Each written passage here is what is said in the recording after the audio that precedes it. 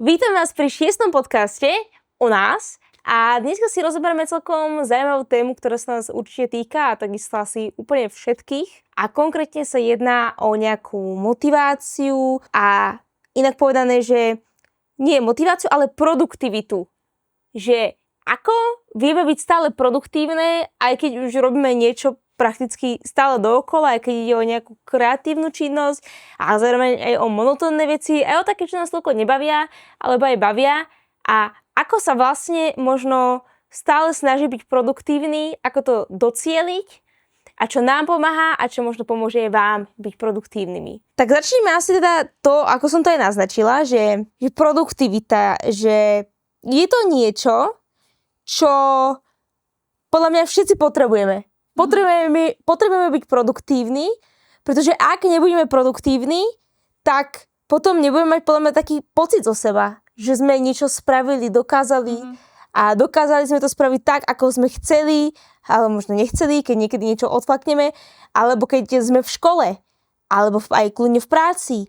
A potrebuješ byť produktívny napríklad na to sa ísť učiť, alebo vytvoriť niečo, alebo sa niečo dovzdelať, doučiť, proste v práci robiť nejaké úkony, sa tiež priučiť aj vtedy niečomu, alebo aj v našom prípade v podstate robiť stále niečo produktívne a kreatívne zároveň.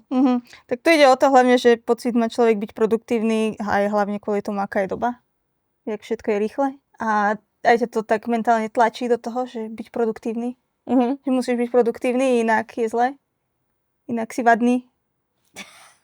No tak to je tá doba, čo sa smeješ. Ale určite ide o to, že možno, že niekedy máme pocit, že nie sme dostatočne produktívni. Že ako keby by sme mali byť viac produktívni, pretože ako sme zahltení sociálnymi médiami, tak stále vidíme to, ako niekto niekde je, niečo vytvoril, či už to kľudne aj videá, reelska, ale tie reelska koľkokrát zobrazujú práve nejaký úkon, čo človek robil, napríklad niečo sa naučil, niečo urobil napríklad poličku custom, alebo všetky tieto veci, alebo išiel dlaždiť, alebo hocičo. A skrátka, tie sociálne médiá nám stále ukazujú to, že ako by sme asi mali pracovať, aj keď ja prídem napríklad z roboty, som tam 8 hodín, hodina bola cesta tam, hodina ďalšia naspäť a teraz ja nevládzem nič, pretože napríklad moja práca je chodiť stále, alebo prenášať ťažké veci. A teraz ja prídem domov a mám pocit, že nie som dostatočne produktívny, mal by som ísť niečo robiť. Tak toto je podľa mňa presne to, že to by sa mal človek stopnúť a uvedomiť si, že nie. Skrátka, to, že vidíš niekoho iného, ako je produktívny, ohľadí, čo možno aj ty by si chcel, to neznamená, že musíš byť aj ty produktívny, pretože ten človek má úplne iný možno lifestyle a úplne iné povinnosti a možno úplne iný zdravotný stav, energiu a tak ďalej, že tam strašne veľa vecí od toho súvisí. A porovnávať sa skrátka s niekým druhým, ako niekto viac, menej produktívny, je proste hlúposť. Vždy porovnávať sa s niekým iným je hlúposť. Maximálne sám so sebou by si sa mal porovnávať akurát. Určite. A hlavne si uvedomiť, že prečo chceš byť vlastne že produktívny. Že čo za tou produktivitou ako keby že stojí. Že chceš byť produktívny, pretože sa môžeš niečo nové naučiť, alebo lebo potom k niečomu dospeš, napríklad v tej škole, ako sme spomínali, že je podľa mňa produktivita taká, ktorá je trochu nútená. Napríklad učíš sa na testy, ale učíš sa na ten test pretože chceš len akože nejakú, nie že vedieť niečo, ale preto, lebo napríklad rodičia ti to nanútili. Hej, a teraz ty musíš byť produktívny, lebo rodičia ťa donútili. A potom máš to učenie na test, že učíš sa na ten test preto, lebo ty sa chceš niečo naučiť. Ty to chceš vedieť proste pre seba. A toto je presne to, že tá istá situácia a dva rôzne prípady. A podľa mňa vždycky v tej produktivite by mal, alebo celkovo, že v akomkoľvek úkone, všeobecne, by mal človek hľadať to, čo to jemu prinesie a prečo by to on mal proste spraviť hlavne pre seba, lebo aj ako už nejaký čas vlastne streamujeme na TikTok, tak dosť veľa deciek proste chodí s problémom, že máme testy a mne sa nechce učiť a potom otec s mamou ma nutia sa učiť a mne sa nechce učiť a toto. Takže to by som povedala taký malý point, malý okruh toho, že proste človek by sa mal vždycky učiť pre seba. Nie preto, lebo je to test matematiky, ktorý možno nebude potrebovať, alebo z fyziky. Ale ide o to, že stále učenie sa rozvíja ako za prvé myseľ a potom človek aj menej zabúda na jednu stranu, ale vždy si veci pamätá a jedno s druhým. A presne tak, je úplne jedno, čo sa učíš, proste učenie je super, ale kľudne to môže byť aj iné vec, samozrejme. No a teraz naspäť k téme. Ja som aj spomínala na začiatku vlastne, že motivácie, že ako sa napríklad my motivujeme k tomu, aby sme boli produktívne. Tak najväčším motivátorom je za mňa to, že proste ja momentálne, že mám chuť ísť robiť veci. Vieš, že ísť tvoriť, ísť vymýšľať nejaký obsah, ich písať skript, ísť to točiť a naučiť sa zase niečo nové. To je hlavne ako to, čo mňa motivuje väčšinou, že viem, že sa naučím niečo nové, že niečo nové vyskúšam, že videla som, že toto nejak sa dá takýmto spôsobom spraviť, napríklad v tom postprocesingu, hej, tých videí napríklad, že to sa dá spraviť, že chcem to aj spraviť. Alebo keď napríklad, čo sa týka streamov, tak chcem proste spraviť nejakú novú vec, vieš, niečo nové tam dať, nejakú fičúrku, čo bude proste fungovať, tak to ma motivuje a potom to vyskúšať, to je úplne super. Vždy, keď môžeš niečo nové tam do toho dať a potom ti to funguje ešte, to je... Toto si tak zaujímavé akože celkovo že našrtla, že aj si to povedala práve tým svojím spôsobom, že ten tvoj dôvod, že pre teba je to vlastne to učenie sa. A toto nemusí byť ale bod úplne pre všetkých. Pretože strašne moc záleží od toho, že ako máte napríklad nejakú že osobnosť, že aký vlastne vo výsledku ste. Pretože ak ste trochu jak Veronika, tak vás bude baviť to učenie. To vlastne učí sa tým veciam. Ak ste ako ja, tak vás skôr bude baviť to, že nie, že sa učíte, ale že rozvíjate napríklad svoju kreativitu. Hej? Potom, ak by ste boli zase iní, tak vás skôr bavilo to, že to dokončíte, tú danú vec. Hej? Že vás to teší, že to dokončíte. Že to je tá vaša motivácia, že to dokončíte. A toto je presne to, že ak si povieš, že tak nie som jak Veronika, že mňa nebaví sa učiť proste. Že nemám tú motiváciu byť produktívny, proste len preto, aby som sa niečo naučil. Proste všetci sme iní, môžeme byť samozrejme podobní, ale pre niekoho môže byť motivácia učiť sa, pre niekoho niečo vymýšľať, pre niekoho proste niečo dokončiť, pre niekoho to môže byť viac vecí naraz, pre niekoho môže byť, ak je to napríklad práca v nejakej skupine, to, že bude proste celú tú skupinu proste veliť, hej, a budem hovoriť, čo majú proste robiť, že každého proste náplňa niečo iné. Pre každého je motivácia niečo iné. Zároveň to závisí od situácie. Napríklad, hej, toto som povedala, že k tomu, že nejakému tomu streamovaniu celkovo proste skôr k práci. Ale keď si zoberiem napríklad také varenie, nevždy sa mi chce variť, ale čo mne vždycky pomáha, napríklad ma motivuje pri varení, je to, že keď vidím, že tie veci ubúdajú, vieš, že musíš minúť toto, musíš minúť tamto, použiť toto nakrajáš, dáš to tam, zrazu to zmizne, je to krásne, že to ma ešte uspokojuje, že proste to tam dávaš a mizne to a míňaš tie veci a máš potom viac upratané a máš väčší priestor, napríklad chladničke, vieš, že už sa pomíňajú tam veci nejaké, čo tam bolo toho veľa. Že je to také vlastne, že príjemné, že zrazu že ty z tých vecí vytváraš niečo iné, že má to taký ten, po anglicky by to človek povedal, že proste je to satisfying, hej, že je to ako fakt príjemný pocit toho, že teraz to je tak, ako to v podstate má byť, že z Ačka urobíš Cčko a všetko akože dohromady dáva zmysel. Čiže určite závisí akože od typu aktivity, tá konkrétne, že prečo by si sa mal, ako by si sa mal motivovať. Teraz sa skôr bavíme o tom pocite, že vlastne aký by to v tebe malo vyvolávať, alebo skôr, že čo by to v tebe malo rozvíjať. Čo vlastne tá produktivita má v tebe rozvíjať. Lebo keď chceš byť produktívny, teba nemá ubíjať byť produktívny. Pretože ty produktivitou rozvíjaš seba. Svoje proste vlastnosti, zručnosti, proste to, aký si. A pokiaľ sa počas niečoho cítiš, že toto není tvoje a fakt to musíš len spraviť, pretože to niekto chce, tak to bude vždycky ťažké. A na to sa podľa mňa vždycky treba pozrieť iným pohľadom. Pozrieť sa na to tak, že OK, nebaví ma to, nie je to pre mňa, ale aj tak možno tam bude jeden uhol pohľadu, ktorý ťa možno trochu motivuje. Že vždycky je to o tom, podľa mňa na každú situáciu sa pozrieť z viacerých perspektív a uvedomiť si, že to nemusí byť len také plitké, ako to vyzerá. že keď mám ísť napríklad pozametať, tak to nemusí byť, že no tak teraz musím ísť upratať a to je vlastne všetko. To je tvoja celá motivácia. Lebo za tým je viac. Zober si, že také upratanie za tým môže byť mentálna pohoda. Ty proste si upraceš napríklad svoj pracovný priestor, alebo proste tam, kde žiješ a proste sa celkovo cítiš lepšie. Môžeš si vypnúť hlavu pri tom. Napríklad. A tým si oddychneš. Napríklad sa dá to využiť aj, že v takej meditácii v podstate. A udržanie sa nejak v prítomnosti, lebo nerozmýšľať nad nejakými inými vecami. Na tom, že proste toto musíš zamiesť, to musíš utrieť prach a môžeš sa snažiť byť v prítomnosti a trochu spomaliť. Aj v prítomnosti, alebo to môžeš naozaj využiť napríklad to upratovanie ako určitú formu meditácie v zmysle alebo seba rozvoju.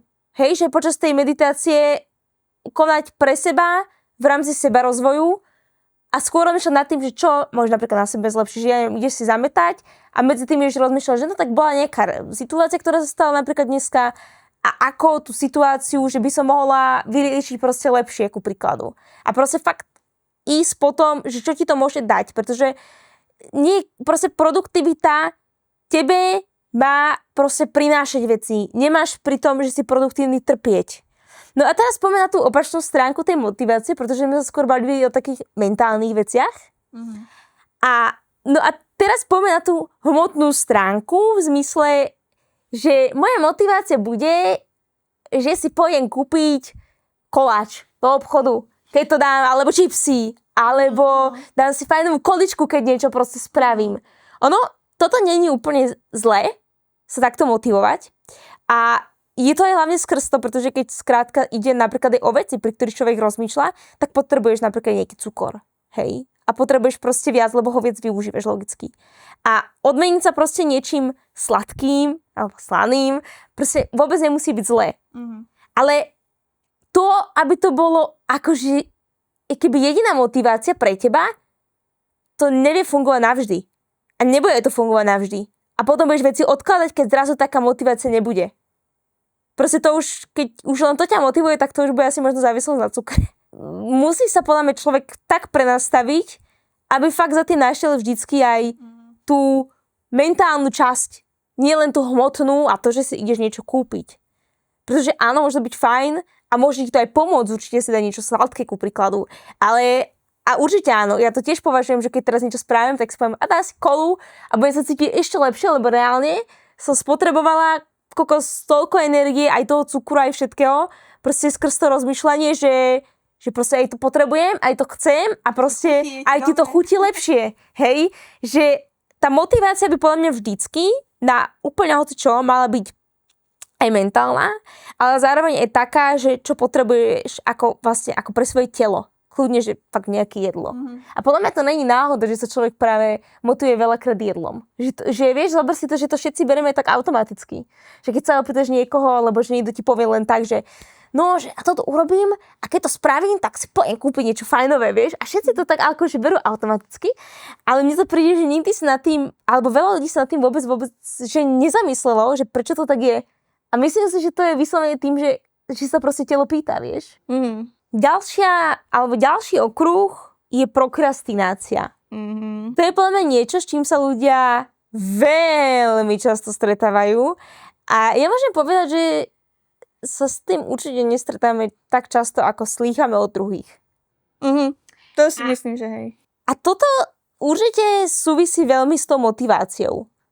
Že keď nemáš motiváciu niečo robiť, alebo si ju toľko proste, že si neuvedomuješ, že pre teba vlastne tá produktivita môže niečo znamenať, niečo ti priniesť, napríklad výsledky v škole, ale aj iné veci, tak potom budeš prokrastinovať, lebo nebudeš chcieť tomu venovať čas. A budeš robiť všetko iné, hej? Všetko iné, než vlastne to, čomu by si sa mal reálne sústrediť.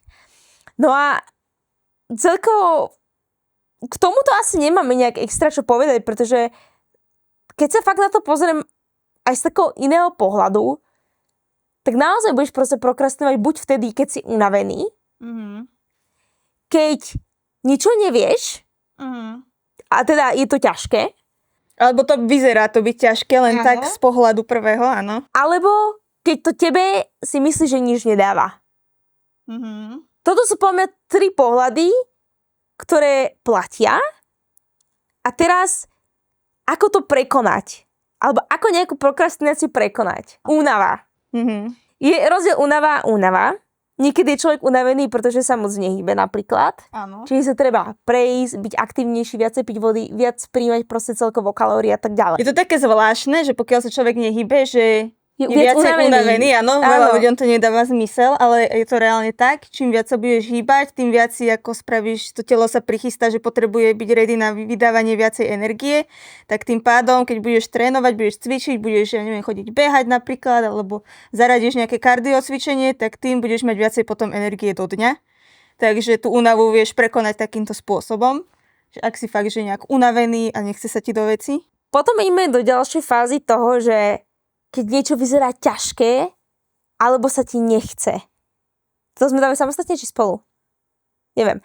Keď je niečo ťažké, keď niečo vyzerá, že je ťažké.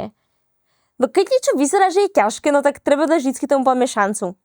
A možno nájsť iný spôsob, než ten, ktorý máš pred sebou. Pretože na tých testoch sa to vysvetlí úplne najlepšie podľa mňa, lebo to si vieš pretaviť úplne do všetkého. Že máš sa niečo naučiť a máš v zošite len poznámky. A vidíš len tie poznámky a tvoja cesta sú v hlave len poznámky. Ale ty môžeš ísť formou naučného videa. Ty sa môžeš o tom s niekým rozprávať, kto o tom niečo vie a tak ďalej. A podľa mňa presne toto je to, že buď to prekonať a fakt sa sústrediť na to a rozmýšľať nad tým, alebo si nájsť tú istú cestu k tomu, ale iným spôsobom. Kokos, ale ty si zober, že aké to je mega super tip, že ak je niekto, kto ovláda napríklad nejaký predmet, alebo je napríklad o ročník vyššie, alebo podobne niečo sa učil, a že si s tebou dá takú tú možno hodinku, nejaký call o tom celom učive, že sa pokecate o tom, si strašne veľa zapamätáš. Či chceš, či nechceš. Áno, vždycky je to o tom, že keď sa s niekým rozprávaš o niečom, alebo aj ty, keď niekoho skúšaš napríklad, tak si vždycky viac zapamätáš. Áno. Či si skúšajúci, alebo nie. No väčšinou, keď si skúšajúci, sa viac naučíš. Preto je fajn si meniť tie role vlastne, ale rozumieš. No a potom je teda tá tretia. Ja by som ešte sa vrátila k tej druhej, lebo tam je to také, že keď prokrastinuješ, za mňa je ideál, čo mne vyhovuje, keď náhodou sa stane niečo, napríklad aj bolo video a takto, buď ti niekto si im nejak skúsi dopomôcť, začať dokopeť ťa do toho ako keby, hej, že keď robíte napríklad viacerí na nejaké veci, alebo začať nejakou takou maličkosťou v tom. Že začať postupne tým niečím ľahkým, čo vieš. Že máš nejakú komplexnú úlohu, tak začneš aspoň tým niečím malým a potom sa rozbehneš, dostaneš sa do toho. A už potom ti to nepríde také ťažké. Možno, hej. Ja si pamätám, že keď sa v škole dávali vždycky nejaké, že napríklad na matematike alebo angličtine a dali ti proste cez 3 strany z tých učebníc, že spravte po úlohu 8, 7, 6, 3, 50, 100 a proste vždycky som začala tým, čo som vedela.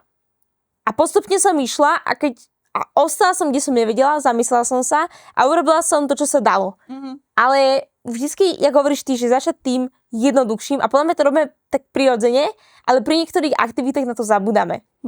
Rozdeliť si tie veci do nejakých menších úloh, jednoduchších.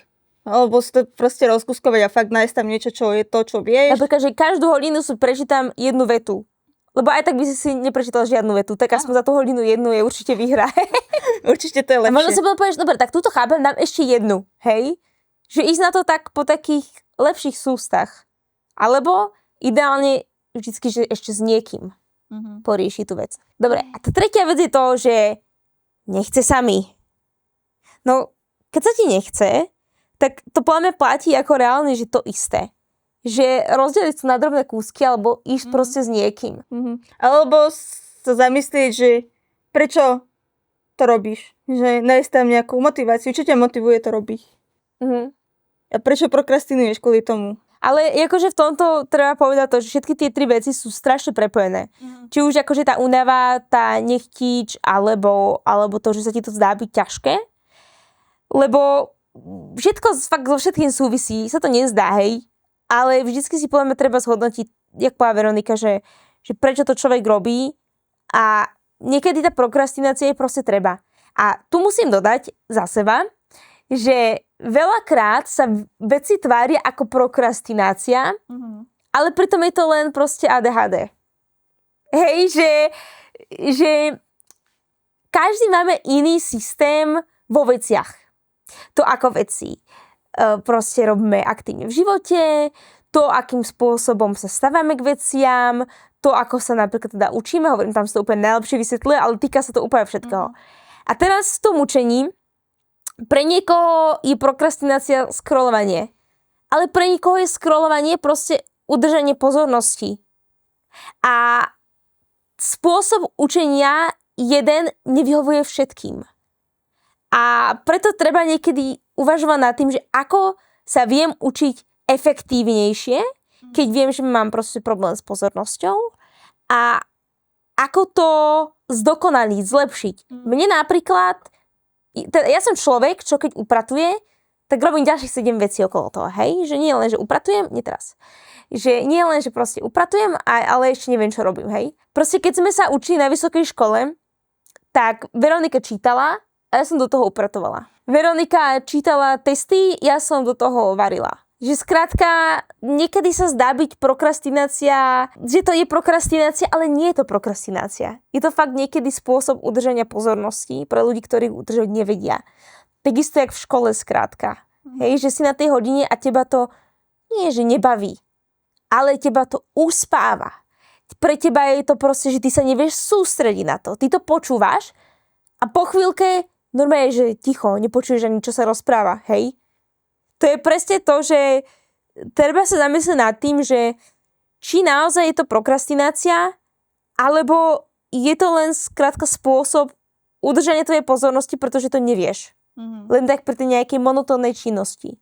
Ja by som sa ešte k tým nejakej tej prokrastinácii trochu vrátila k tomu, že ako to my máme s prokrastináciou, lebo za mňa najčastejšie, keď sme sa stretli s prokrastináciou, hlavne teda v nejakej tej pracovnej sfére, lomeno aj škola, hej, lebo však sme veľa robili popri práci, je toto škola bola, tak prokrastinovali sme hlavne vtedy, keď sme si toho naložili veľa. A robili sme toho fakt, že veľmi veľa. A potom, ako týždeň ideš, hej, si produktívny úplne 100% a potom zrazu príde tá prokrastinácia, ani nevieš prečo. Ale vlastne v podstate podvedomí vieš prečo, lebo to je kvôli tomu, že to telo si pýta oddych.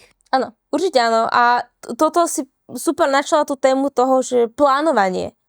Že je super si veci plánovať, ale realisticky.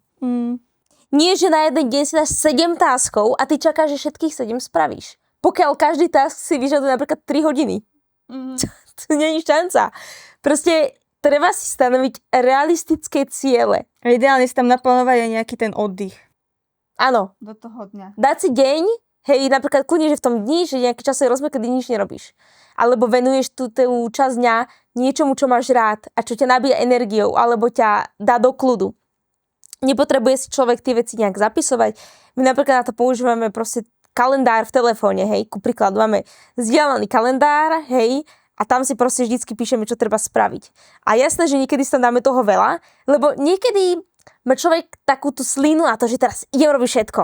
Niekedy fakt máš ako normálne nekonečnú energiu v ten deň, že normálne sa zobudíš a ty cítiš, že dneska budeš produktívny. Niekedy to zhasne za hodinu, hej, po to, čo sa človek zobudí, ale niekedy to zase vydrží celý deň. A preto niekedy, že dať si tam tých 7 taskov, nevníma to tak, že musím všetko spraviť, ale tak si to dať, že keby to spravím, že aspoň tú jednu vec z toho, tak stále je to výhra. Hej, lebo ty ostatné si vieš presnúť. Ale nevníma to tak, že no keď to neurobím, to presuniem, hej. To som povedala taký iný prípad, taký náš, ale ide o to, že vždycky si to realisticky plánovať, pretože ľudia povedal, tak naplánujem si, ale tam má toto, tamto, ale realisticky, to môže byť malé tásky s veľkými, nie 8 veľkých. Proste tam môže byť napísané v tých táskoch kľudne basic veci, upratať, hej, potom poješ si v robote, pokiaľ máš kreatívnu robotu, tak to máš väčšinou rozvetvené na viac vecí napríklad, čiže urobiť toto v tej robote, urobiť ten ďalší návrh, 50. návrh, hej, a takto. A fakt to realisticky rozmysliť tak, aby si to stihol do tých deadlineov a aby si zároveň bol s tým spokojný a mal stále na to chuť to robiť. Sú niekedy človek nemá náladu proste, ako napríklad v našom prípade, byť kreatívny. To je úplne normálne. Alebo rozprávať na kamere. Sa, presne, alebo učiť sa. To je úplne normálne. Že nie každý deň je produktívny. A to si treba uvedomiť. To sa opäť dostávame k začiatku celej témy, ak sme sa rozprávali, sociálne siete. Proste ty vidíš, všetci všetko všade robia, Potom ty sa cítiš, že toho robíš málo. Ale tak to není. Ty robíš toľko, koľko vládzeš robiť. Niekedy toho robíme málo, áno, ale To si má každý sám ustrážiť. každý to cíti, že kedy to je málo. Podvedomí to vieš, že Presne. keď robíš málo, len sa klameš možno. Alebo to neriešiš. Alebo sa klameš. Časť, ktorá sa nás veľmi dotýka Mhm. a podľa mňa každého, kto robí to, čo ho baví. A vie si to rozumne kúskovať. Workoholizmus. Pretože môže sa to týkať aj práce, ktorá ťa nebaví, určite, a vidíš to napríklad kariérny rast a podobne. Ale workoholizmus je niečo, čo si veľa ľudí neuvedomuje, že má alebo je workoholikom. Mhm. Ani my sme si to ako podľa mňa dlho nejak nepovedali nahlas. Ale je to tak. Lebo podľa mňa, ako náhle robíš niečo, čo ťa baví, a ako som povedala, vieš to rozkuskovať rozumne, tak ti nevadí robiť veci aj 12 hodín denne. A 12 hodín denne venovať svoj čas v podstate práci. Nevadí ti to a vadiť ti to nebude. Ako nevadí, možno ťa mrzí niečo, že menej času trávi s rodinou, alebo niečo, že si tak povieš, ale stále tam ten čas aj tak dávaš do toho. Áno. Aj keď v podstate by si nemusel. Nemusel by si, ale ty chceš pracovať.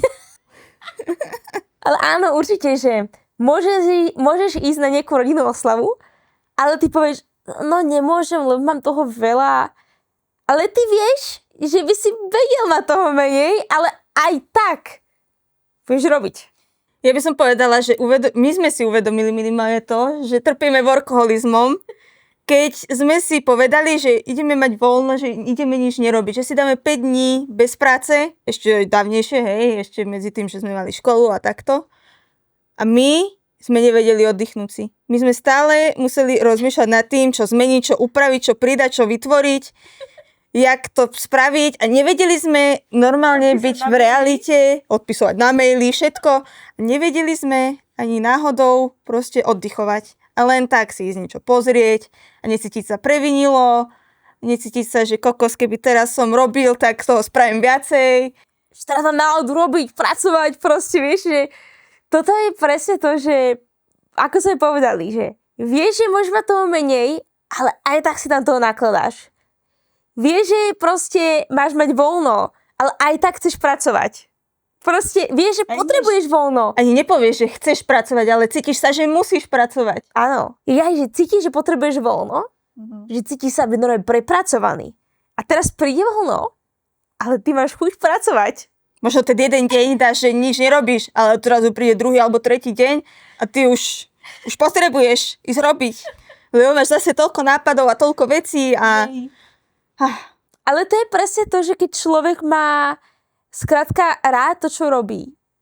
Alebo môže za tým vidieť napríklad ten kariérny rast, hej. A samozrejme to môže byť spojené, ale akože náš prípad je tento. Čiže ako workoholizmus je podľa mňa úplne skvelá vec na produktivitu, že ak je niekto workoholik, tak byť pre ňu produktívny môže byť náročné, ak robí niečo, čo ho toľko nebaví, ale zároveň ultra prirodzené a jednoduché v tom, čo ho to baví. Ale podľa mňa workoholizmus, ja si myslím, že si ho vieš vypestovať. Ako to myslíš presne? No, že tým, že nejak pracuješ viacej a tým, že ideš, tak postupne, keď fakt sa prekonávaš, tak to tvoje telo si zvykne na to a potom to už vyhľadáva ešte aj tú prácu. A chce to viac a viac a my sme rozhodne sme neboli určite workoholičky, keď sme začali napríklad streamovať a tvoriť obsah. Nie, to bolo, že sme ležali v posteli a že mal byť stream na 8, ale ideme spať ďalej. Proste to sú fakt veci, ako hovoríš, že to si asi fakt vypestuješ. Ale závisí to fakt od toho, čo robíš. Mm-hmm. A či ty sa cítiš, toto je dôležité, že či ty sa cítiš v tom, čo robíš, príjemne a prirodzene. Pokiaľ áno, vie si ten workoholizmus vlastne vypestovať podľa mňa. Alebo chtíč sa rozvíjať. Hej? A naplňať svoje pocity, svoje schopnosti využívať v živote. Ja by som ešte povedala, že ale ten workoholizmus pre ľudí, keď nevedia, o čo sa jedná nejak extra, tak to znie jak splnený sen, nie? Že chceš furt robiť, že furt, že pohode, že máš furt motiváciu robiť alebo tak. Ale potom je to aj taká vec, ako napríklad tuto Cozy písal, že 12 rokov workoholik a odpadol potom. No. Že ako fakt to vie byť extrémne veľká záťaž. Áno. Na celkovo. A 12 rokov je strašne dobrý čas, lebo zober si, že v našom prípade to nebolo ani 12 rokov. Tam ide o to, že človek kľudne aj po 2, 3, hej, ak je to fakt intenzívne koľko razy, tak buď si uvedomí po tých 12 rokoch alebo v tom čase, že on sa vlastne venuje ničomu inému a potom ťa to vlastne zožíra spätne, keď vidíš napríklad, ako to majú druhý, alebo si to sám uvedomíš aj na sebe. A zároveň tam príde tá prepracovanosť. Alebo fakt človek už začne brať toľko vecí, že má menej spánku, menej sa o seba stará, má viacej stresu presne. A potom to telo je vyčerpané, unavené, máš sa zle. No a presne toto je ten bod, kedy ty potrebuješ svoje telo vedieť navodiť na oddych. Pretože keď si workoholik, oddych pre teba není. Není, to je ťažké. Ešte keď robíš sám za seba, napríklad na seba, hej, že si SZČO alebo proste podnikateľ. Ale predsa len, aj keď je to ťažké, a pokiaľ to človek doslova nevyhľadáva, lebo už mal zlú skúsenosť, tak navodiť ako chill, pohodu je fakt ťažké. Ale dá sa to. Ale hovorím, je to podľa mňa oveľa jednoduchšie, pokiaľ už si prežil ten spot toho, že si fakt bol vyhoretý, alebo blízko toho vyhorenia. Že si cítil, že čokoľvek, čo robíš, už ťa nenaplňa. Že čo robíš, proste už nepociťuješ tú radosť z toho. Už ti to nedáva ten pocit toho, že využívaš ten svoj potenciál naplno, alebo že sa toľko posúvaš, že pokiaľ si tento pocit nezažil, alebo tieto pocity, tak oddychovať je pre teba poďme skoro nereálne. Že skoro nereálne. No a tým pádom sa dostávame do bodu oddych. Prečo je potrebný oddych? Prečo je oddych vlastne dôležitý? Ako sme vraveli, keď nemáš oddych, môže práve prísť to vyhorenie, uvedomenie si tých vecí, že už ťa to toľko nebaví. Ten pocit toho, že ťa to nenaplňa. A preto je práve dôležité si dať oddych.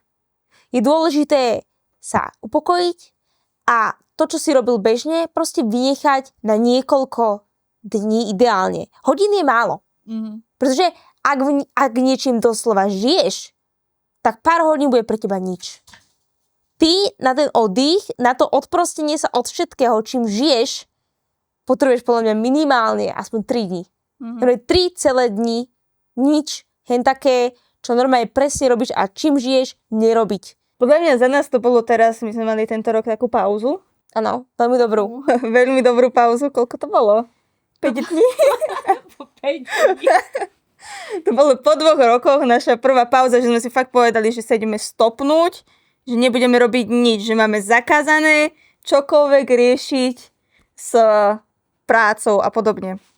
No, myslím si, že tých 5 dní bolo ako pre nás také fajn minimum, keďže už potom 5. deň, už sme po obede boli také, že už sme začali robiť veci, hej? To bolo podľa ešte 4. deň po obede. Alebo tak ešte, no.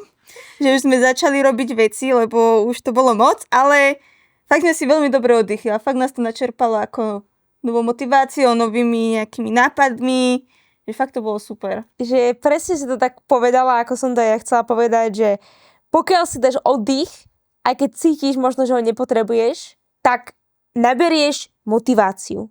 To je veľmi dôležité. Pretože ak cítiš, že už ti to toľko nepálí, hej, už za tým nevidíš tie veci, že asi som akože prepracovaná, tak oddych.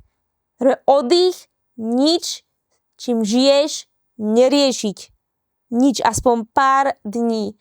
Ak si to môžeš dovoliť, poviem, všetci si to môžeme dovoliť aspoň na 2-3 dní, hej.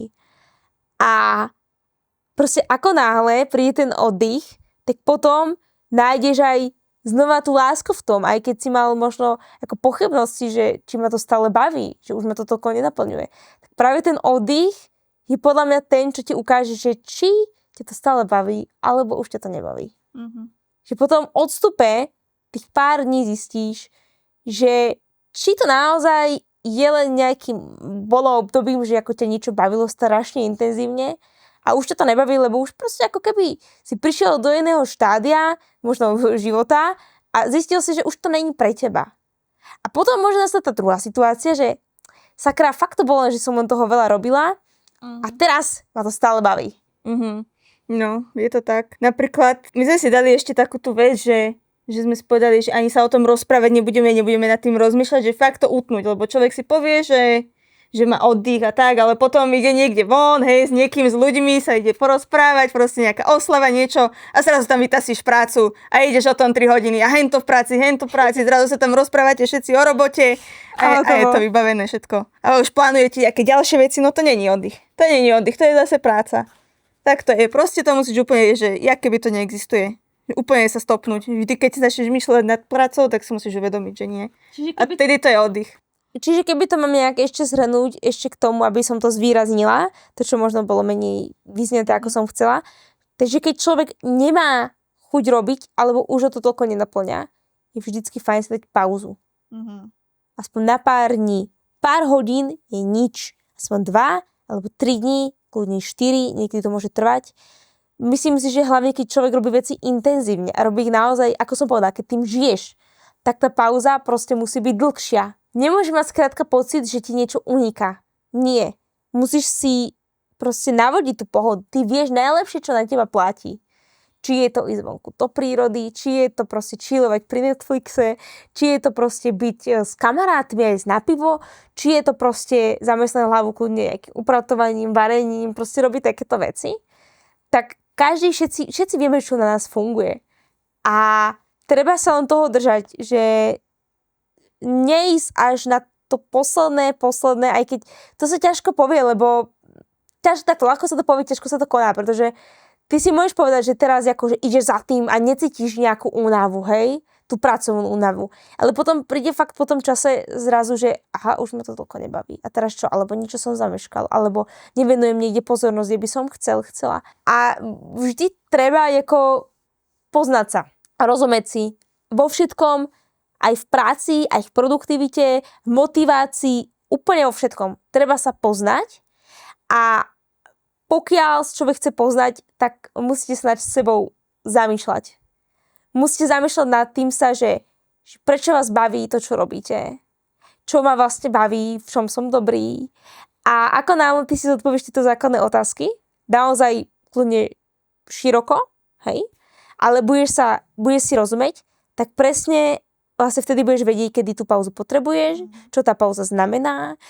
Možno, že celkovo nemáš chuť robiť veci, pretože to nie je to, čo sa k tebe hodí. Nie je to, čo teba baví. Možno ty nemáš tú prácu, ktorá ťa baví a tým pádom nemáš motiváciu. Možno máš prácu, ktorej nevynikáš, pretože to nie je práca pre teba. Tak možno nie je problém v tebe, ale v tej práci. Proste by si mal mať inú prácu napríklad koľko razy, hej. Že to je zase iný rozhovor a tak ďalej. Ale je skrátka o tom, že musíš sa poznať, aby si vedel, ako vieš byť produktívny, ako sa motivovať, ako zabrániť prokrastinácii, naopak, čo tá prokrastinácia pre teba znamená, či je to len vlastne prostriedok na to udržať pozornosť, lebo inak to nevieš, a ako sa napríklad prinútiť robiť, hej. To súvisí s tou motiváciou. No je to super, ako to napríklad vedieť to, že kvôli čomu prokrastinuješ, že si to uvedomiť. Napríklad pre nás najhorší typ tej prokrastinácie je to, že v podstate sme strašne moc robili a teraz to telo už nevládze a proste si pýta oddych a preto prokrastinuješ. Treba mu ho dať. No ja by som povedala, že tento podcast číslo 6 je za nami.